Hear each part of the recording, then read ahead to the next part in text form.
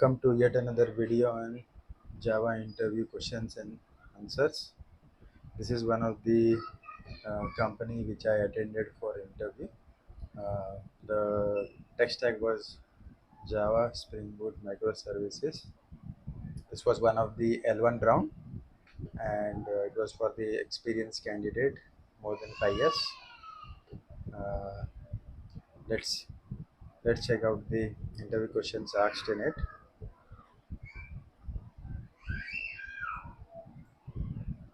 So the first question was, what is abstraction? Now this is one of the important concept of OOPS. So it is one of the four pillars of OOPS. Uh, so abstraction is nothing but it is trying to expose the necessary information to the end user and hiding the internal implementation. So the user can make use of its functionality without knowing what internally it is happening inside it. So the complexity is actually hidden, right? So the user is only able to make use of it, and then like the internal complexity, whatever it is dealt with, is unknown to him. So in this way, it's hide the implementation as well. Now, secondly, it simplifies the complex system. No matter what complexity is involved in the internal, right? So it is not known to the person who is going to use it. So it simplifies to the end user who is going to use it, right? By just making use of it instead of knowing what it does internally. So in Java, there are two ways which it can support the abstraction. One is interface, and one is using the abstract classes. Now, abstraction also goes hand in hand with the encapsulation. So, which is encapsulation is nothing but it hides the internal states and allow the interaction using interfaces. So, abstraction also supports code reusability, modularity, extensibility, making it easier to maintain and scale the software system. So, when the interviewer is trying to ask you what is abstraction, right, we can actually try to give an example uh, of the interfaces and then its implementation, or like an abstract class with its implementation. So you can give an example of real world example where you have used it. What is immutable class? How and how do you create it? So this is one of the basics questions, and the most frequently asked question. So uh, you must be already knowing, right? String is one of the immutable class. But yeah, what exactly when it comes to immutable, right? Immutable class. So when you're dealing with objects, right, and when objects are created, right, once it is created, right, so the that we cannot change it, right, or we cannot modify it. That is called immutability. So let's say we are creating some object, so it has created some object inside it, and then it won't change until its whole life cycle, right? And when you're trying to assign something as a new, right, and you're creating an instance again, right, it is trying to recreate that, right? It is not referring to the same thing. So string class and all the wrapper classes like boolean, byte, short, integer, long, and many other wrapper classes, right? Those are all immutable classes. Now how do you create that? So first of all, at the very top, when you're trying to create a class, it should be declared as final, so that no other class extends it and have an implementation of it. All its members, all its fields, right, it should be privately marked. There should be no implementation of setters. So you should avoid creating setters.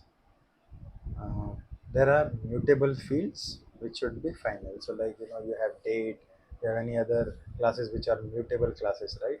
Those should be marked as final.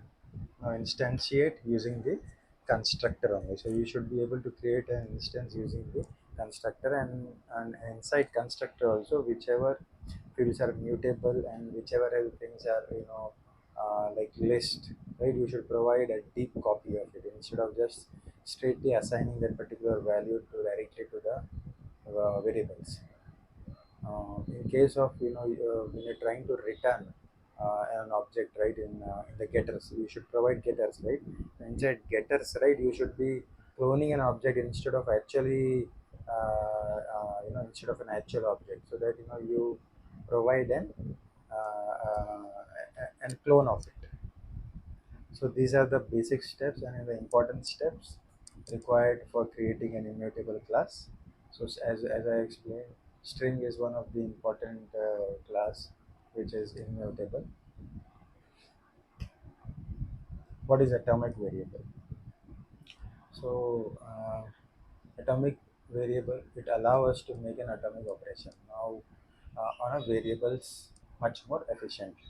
So it deals with, like, when we're dealing with the shared entities, right, which are shared across threads, and then there is a concurrent access, right, when it comes to multi-threading.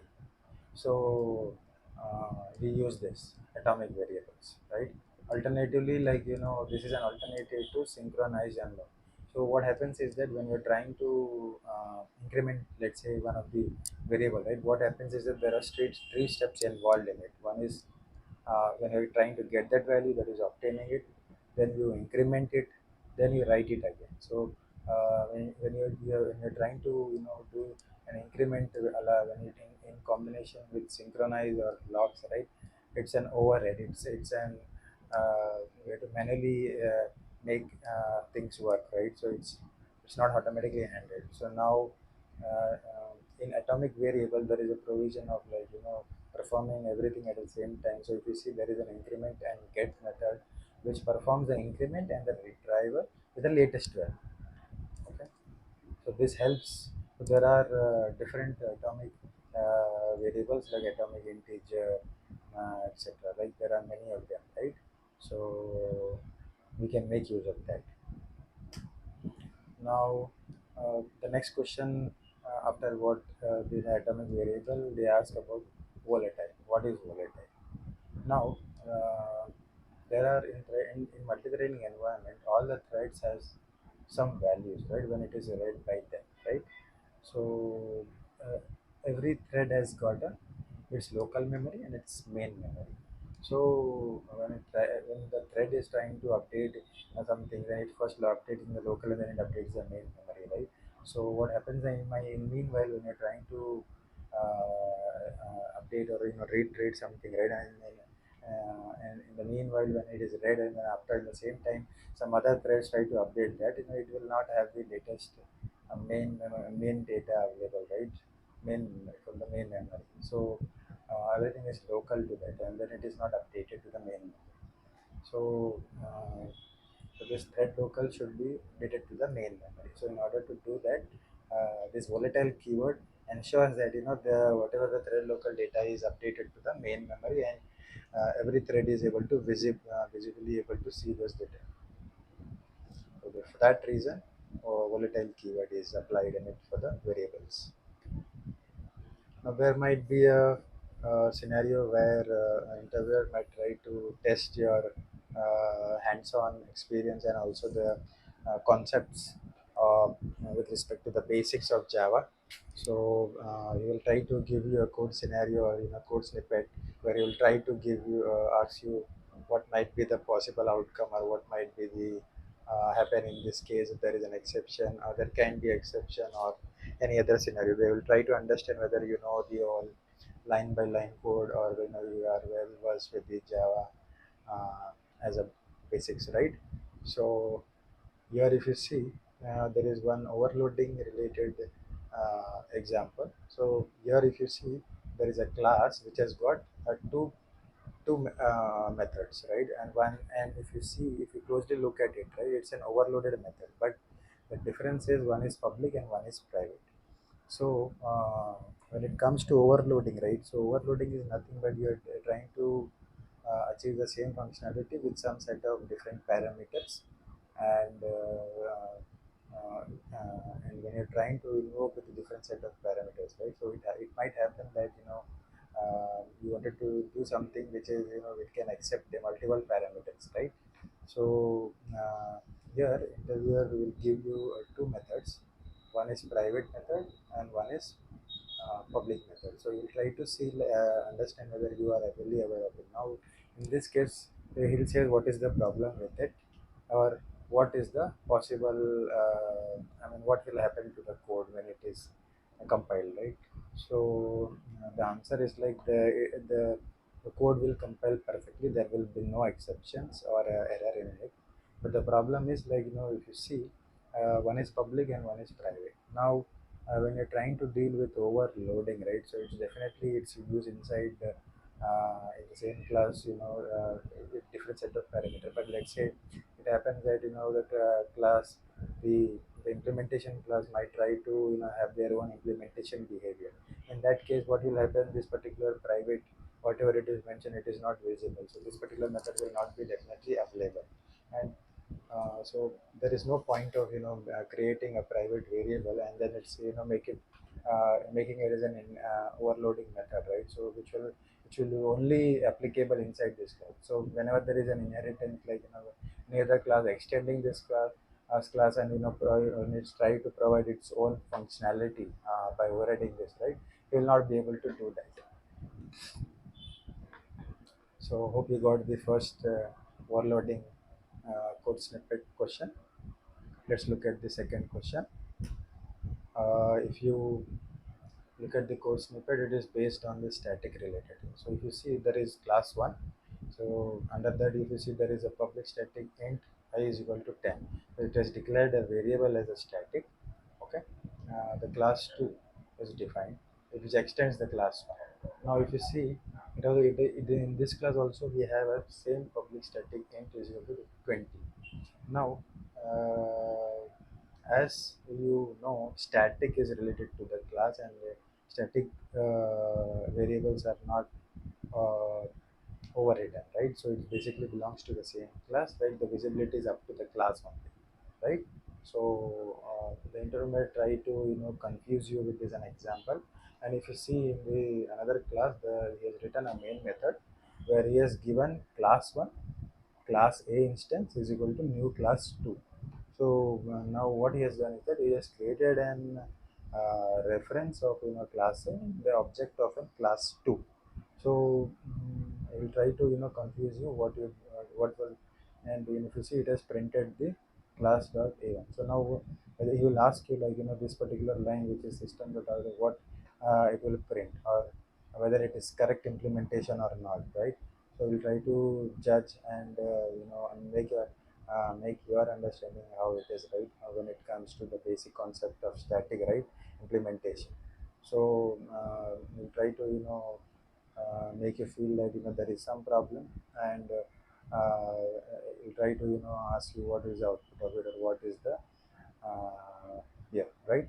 So here if you see, the output is, most of the people will think that as it is implementing as an class A is equal to new class 2, right? So it will be returning as an I is equal to 20, but the correct answer to is I is equal to 10 because of the static polymorphism thing, right?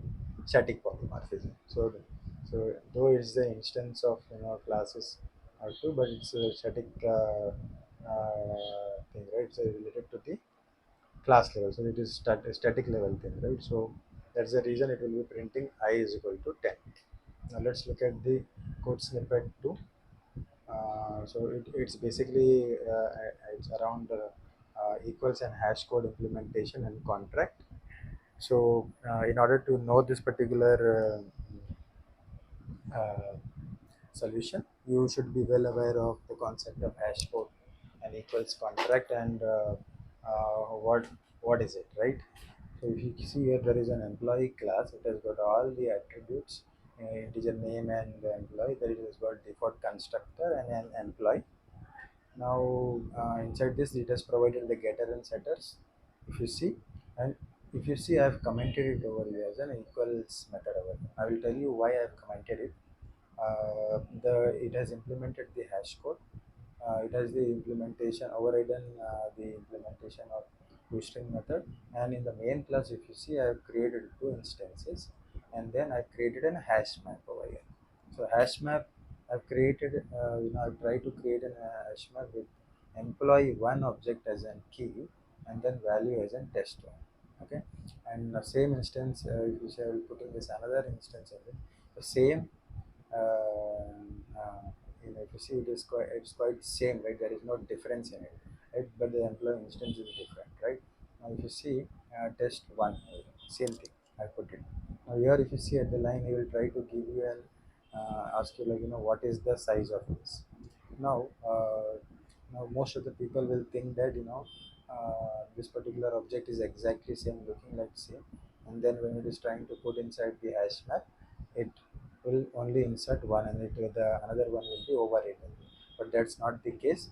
What will happen here is that as these particular objects are created, instance are created by employee one and employee two, there is no implementation of Hashcode and equals, right? They are not implemented together. It only Hashcode is provided, implementation is provided. So if you uncomment this and then you try to run this, right? So you will be able to see there are only single object, a single instance, and then the count will be one. But if you don't implement this hash code and equals method, right? Let's say it happens that you implement equals but not the hash code. In that case also there will be a possibility that there will be two instances inserted into it. So when you try to implement this too, so you must have already heard of the hash code and equal method contract, right? There might be a possibility that when you're trying to insert into an hash map the key value, it calculates the hash code, right? So there is a possibility of like the equals, the hash code might be same for a different object, right? So the first thing is that it actually checks that particular hash code. If it is equal, it will again check for the equality of that particular value, right? So now the second step again, it checks for that particular value, right? So it will equality of that particular key, right? So it will check that and it will compare that if it is equal with respect to the implementation, so it will override it instead of declining it. So in this way, the size will be only one when the proper implementation of hash code and equals method is provided.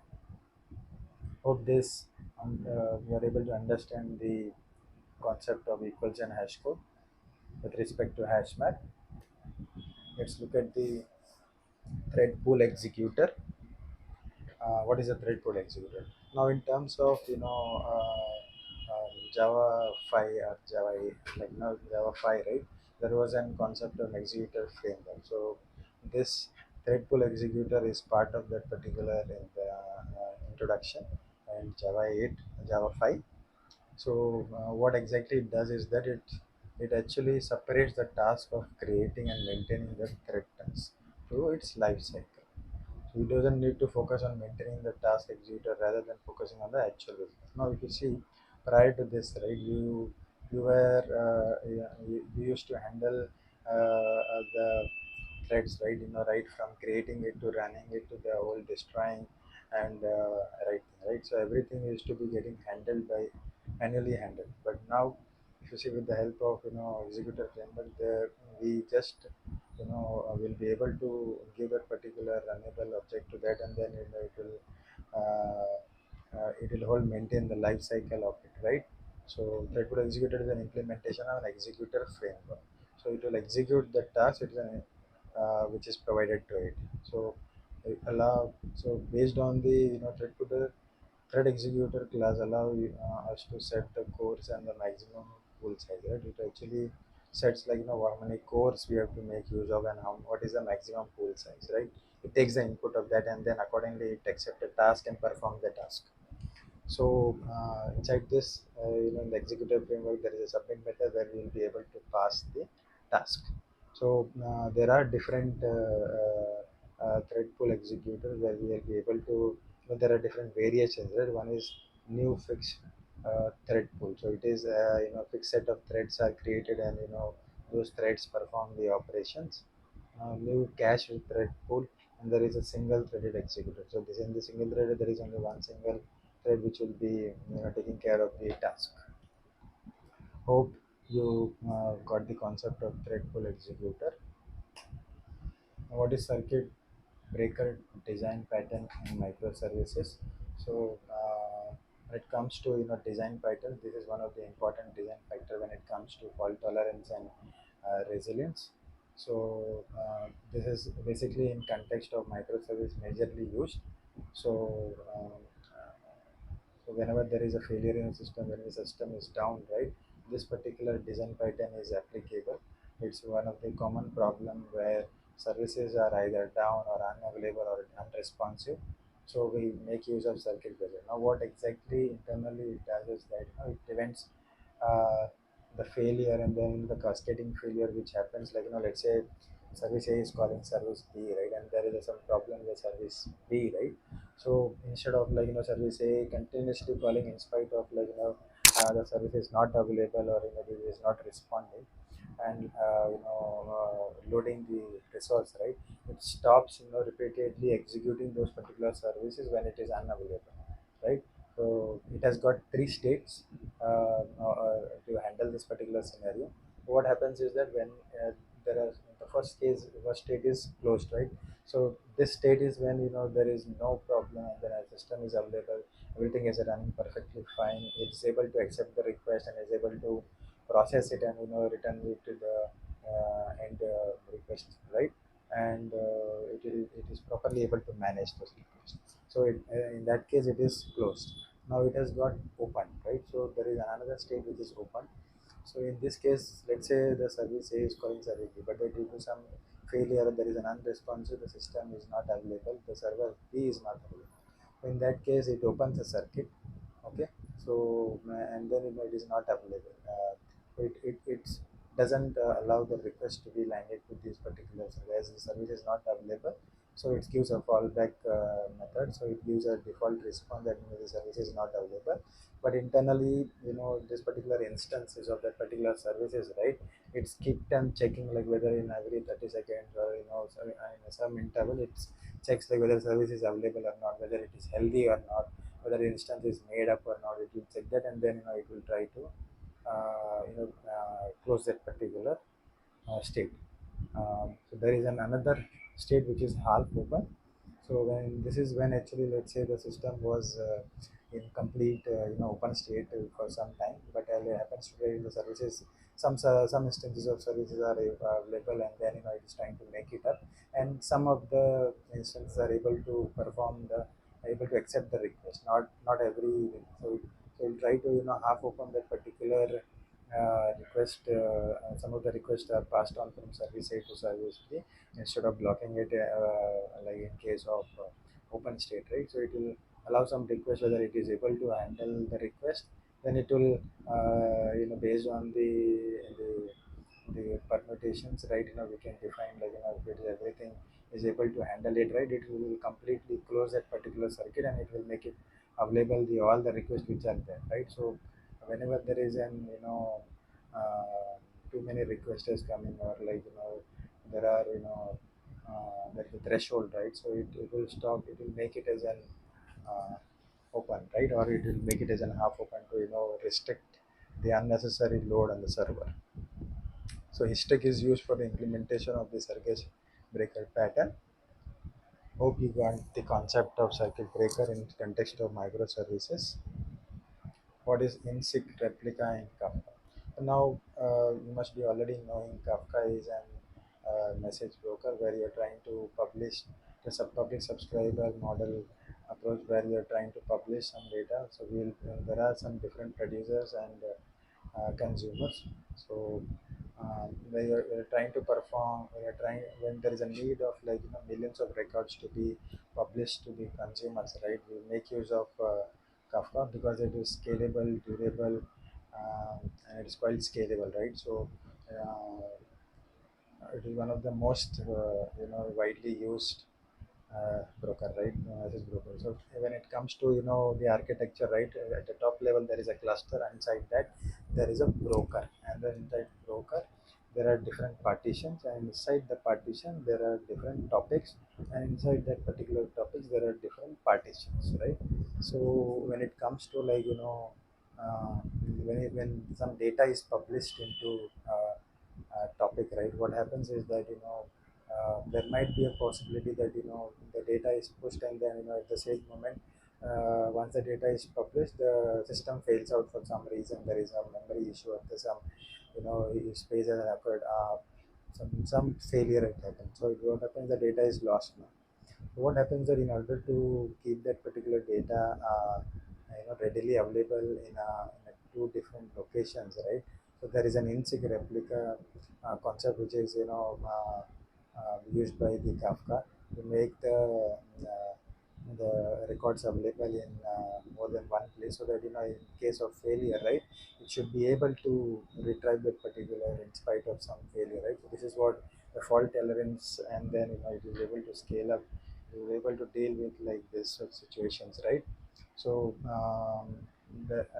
it will try to replicate in more than one place. You can actually decide in how much replication, you can define those particular replication factor, so that in those many location it will be replicated, and then it will be posted to it. So in this actually there is a concept of leader and the follower. So where the first it will be written to uh, the leader, and then from the leader the followers will be writing it. It's a replication will be created for it. So zookeeper is like a centralized location where this particular monitoring of how the brokers are functioning, whether the leader is performing his activity properly or not, like the log monitoring is happening or not, right? The offsets are getting right, logs are written, and everything is like the partitions are working properly or not. It takes care of all monitoring and performance related to the Kafka brokers topics, right? So this is where in-sync replica comes in picture, where it replicated, and then with the help of zookeeper it try to distribute in what cluster or broker it should be replicating that particular data. So there is a definitely like questions which is asked in context of like SQL, right, or no SQL, right? So, once interviewers is finished asking the technical concepts of the Java, Springboot, and Microservices, they definitely like to understand whether you have already worked on any uh, concept of like SQL or no SQL, whether you have an hands on it or right. Try to judge by asking you the conceptual questions and the basic questions of when it comes to structured query language or no SQL.